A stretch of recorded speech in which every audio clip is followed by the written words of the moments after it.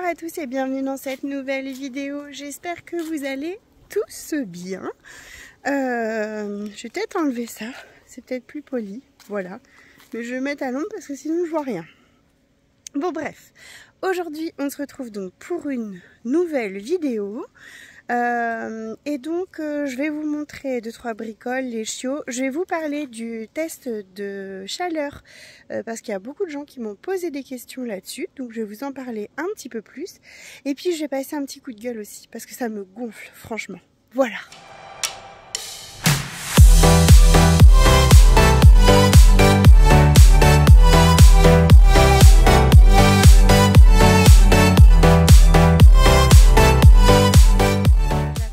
Par faire la pesée avec les bébés, comme ça vous verrez comment ils ont bien grossi et comment ils vont bien. Vous savez ce que je vais faire avec ça? Maintenant vous commencez à être rodés. Vous savez que je m'habitue à faire ces petites vidéos jour après jour, mais vraiment ça... Ah, elle s'habitue pas aux autres hein, par contre hein. Mais bon, ça me fait vraiment beaucoup de travail de montage, etc. Ça appuie pas sur le bon bouton. Mais bref. Coucou petite nana. Bon, on a changé les dodos déjà, c'était crado, hein. Non, non, non, non, non, non, non, non, non, non. Laissez-la, laissez-la. Oh. Oui, hein, ils sont pénibles. Oh, venez là. Venez là, les chiens. Viens là, Pauline. Huguette, viens là. Venez, on va aller faire un petit tour dehors, voir si j'y suis. Hein? Oui. Allez. J'ai vraiment pas de volonté, hein, j'en ai éliminé que 2. Puis il y a elle là, genre, on m'a pas vu. Bon alors, nous on en était là. Regardez-moi ces gueules d'amour.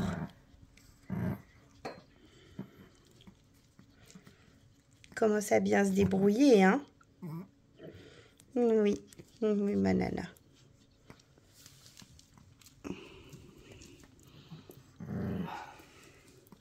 Bon, on les baisse, ces bibis.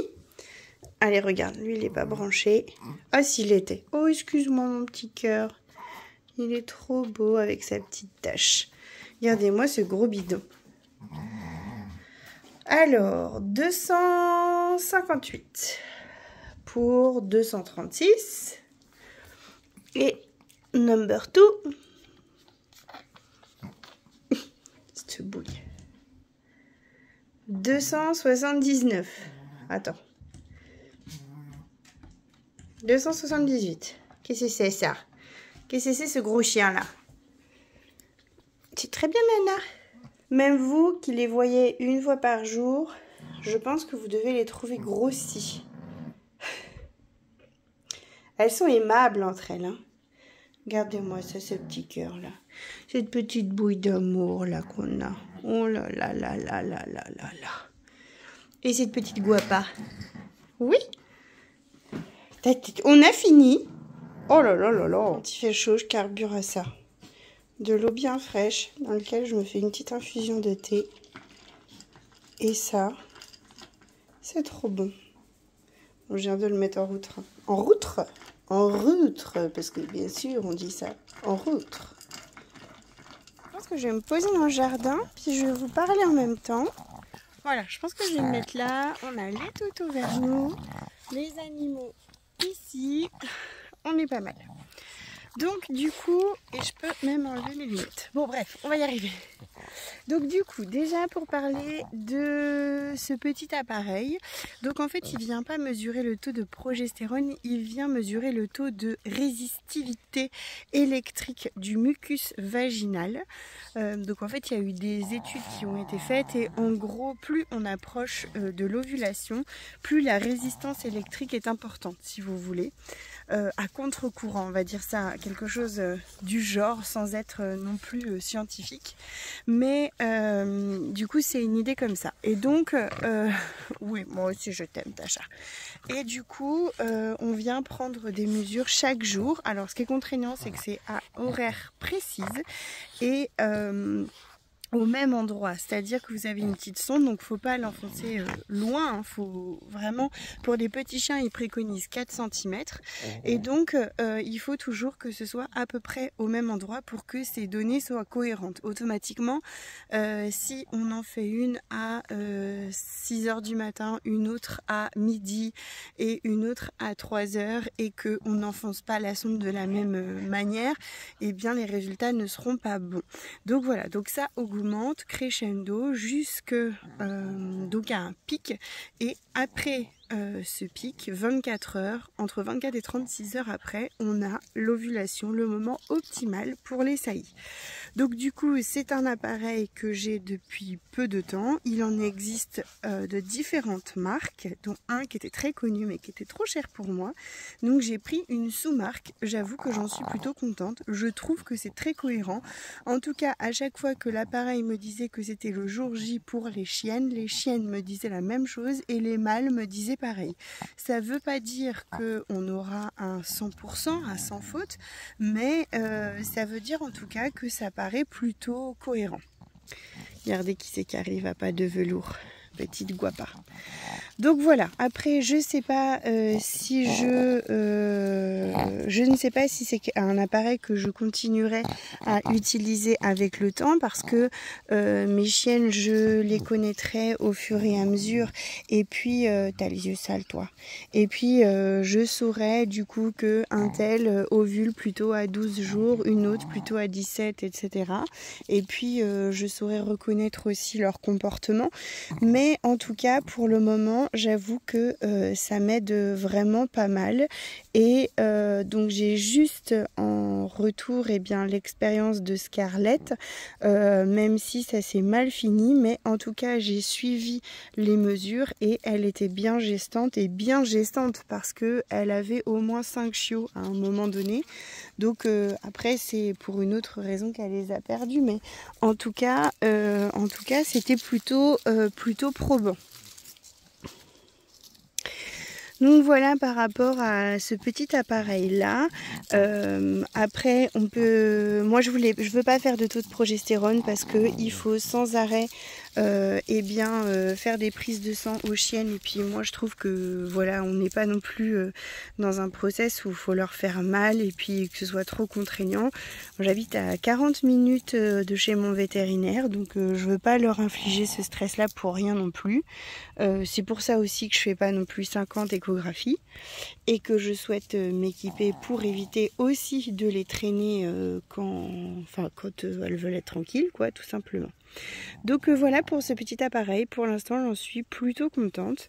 On verra ce que nous dira l'avenir sur son utilisation, et puis sur sa durabilité aussi. Qu'est-ce qu'il a ce gros beau chien là?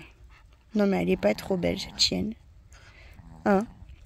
D'ailleurs le petit test, donc aujourd'hui je les ai pris. Tiens, je vais vous montrer les mesures directes. Bon, le graphique de Tasha, donc on est à 340 aujourd'hui.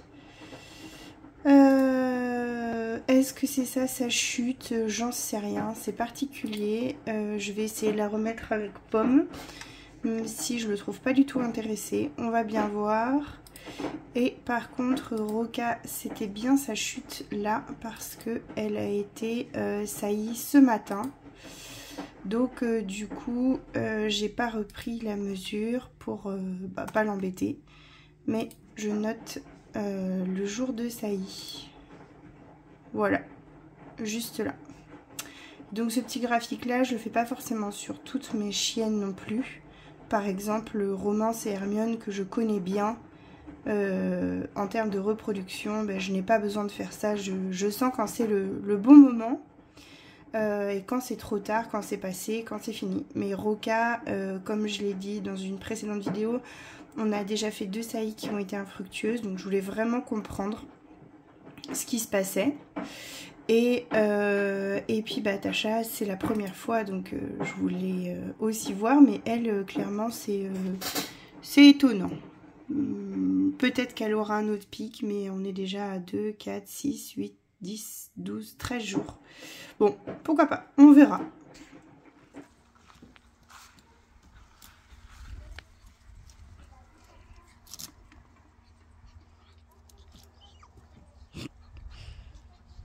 Il faut être dingue.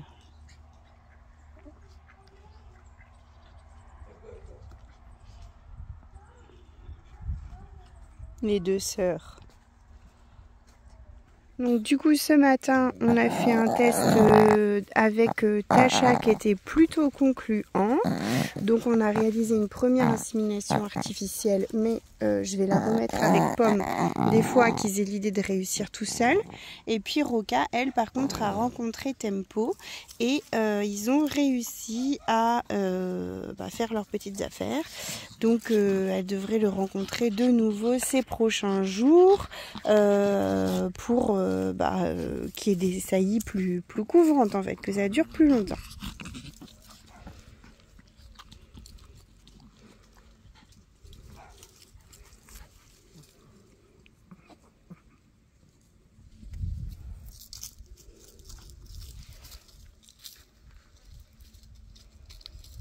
T'es belle.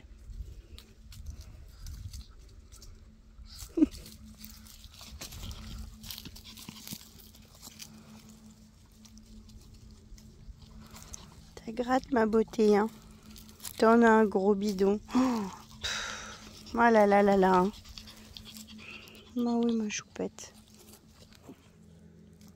Et le coup de gueule que vous allez passer, vous allez me dire votre avis, me donner votre avis, parce que j'ai l'impression d'être une ermite dans sa maison et de ne pas vouloir voir qui que ce soit, mais vraiment ça me met en colère, ça m'énerve. Donc en fait c'est notre maison et en face vous avez un petit chemin comme ça, donc ça c'est route jusque là et après c'est un chemin. Donc il y a des gens qui se promènent et qui marchent là.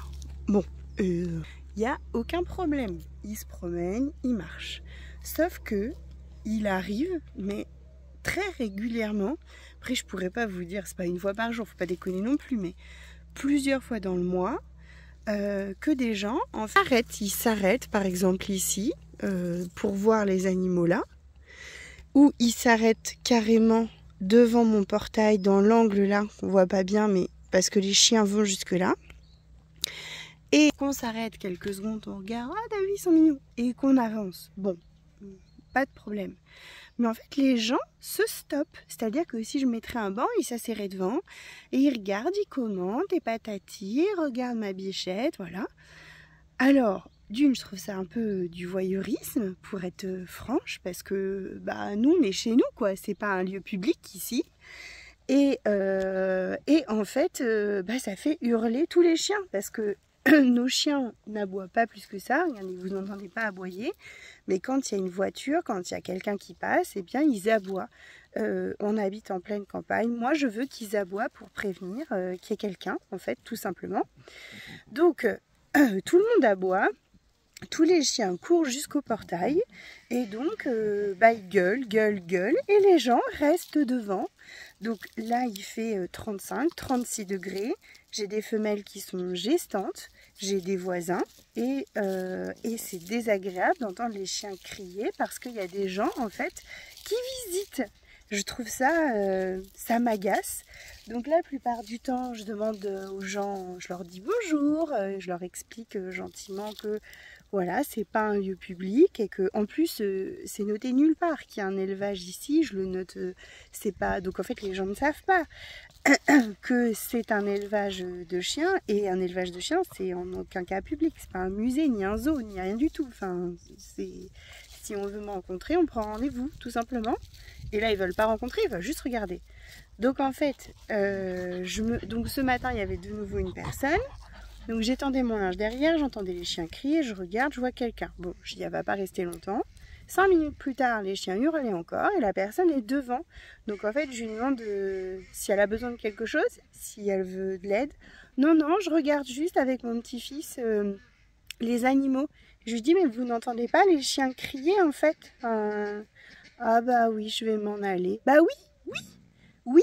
Est-ce que vraiment, le prochain qui fait ça, je lui demande son adresse, je vais me pointer devant, comme ça, et je vais regarder pendant 5, 10 minutes, 15 minutes, et on verra si ça plaît vraiment que quelqu'un reste planté chez eux, comme ça, pour regarder. Alors peut-être qu'il n'y aura pas d'animaux à voir, mais je pourrais observer la magnifique toiture, le beau jardin, les fleurs, j'en sais rien. Mais je sais pas, on ne regarde pas comme ça chez les gens. Enfin en tout cas moi j'ai pas été élevée comme ça. Et du coup ça m'énerve. Et je voulais savoir votre avis. Est-ce que vous compatissez et vous vous dites bah oui, si je passerais devant des gens, chez des gens comme ça, je m'arrêterais pour regarder? Ou est-ce que si vous entendriez des chiens crier, vous direz ah bah non, je gêne, je vais avancer pour que tout le monde arrête de crier quoi. Les chiens et la propriétaire du coup. Est-ce que tu es d'accord avec moi? Gratte-moi les fesses. Elle est où ta chat? Enfin bref, donc c'est un coup de gueule gentillet. Ça, et aussi, il y a une personne, je pense que c'est la même, qui fait pipi et caca dans le pré des chevaux. Et en fait, il y a un petit buisson à un endroit, le long de la route. Et la personne, ou les personnes, se sont dit, oh, des chiottes naturelles. Donc, on a du coup du caca avec du sopalin, du pipi avec du PQ. Donc, en fait, je vais faire 2 panneaux. Un panneau, merci de ailleurs. Ce n'est pas des toilettes. Et je vais faire un autre panneau ici chez moi. Ce n'est pas un zoo, ce n'est pas un parc de visite. Ou alors je fais payer la visite et dans ce cas-là, je prends 10 minutes avec les gens et je leur montre les canards. Regardez les canards. Voilà. Ou sinon, je mets le nom de ma chaîne YouTube et puis comme ça, ils pourront voir tout le monde. Bref. T'es un méchant chien, hein, toi. Oh, t'es un méchant chien. Ouais. Et toi? Oh là, oui, toi encore plus. Oh là là là là là là. Qu'est-ce que c'est ce chien? Je suis entourée de chiens. Je voulais vous dire autre chose. Ah oui, demain, on attaque les clôtures pour les prés des chevaux. Donc, je vais essayer de vous filmer ça. J'appréhende parce qu'il va faire chaud. Et j'ai les enfants et tout ça. Mais bon, faut le faire parce qu'ils ont tout becté dans le pré. Donc, je pense que la vidéo de demain, vous verrez probablement une bonne partie de ça. Voilà, enfin bref. Bon, je vais vous laisser sur mes énervements, mes petites crises de colère. Je vous dis bien sûr à demain. Prenez soin de vous, de vos proches, de vos poilus. Et je vous fais plein de bisous. Allez, on dit au revoir. Bisous. Oh, elle veut me faire un bisou aussi. Oh oui.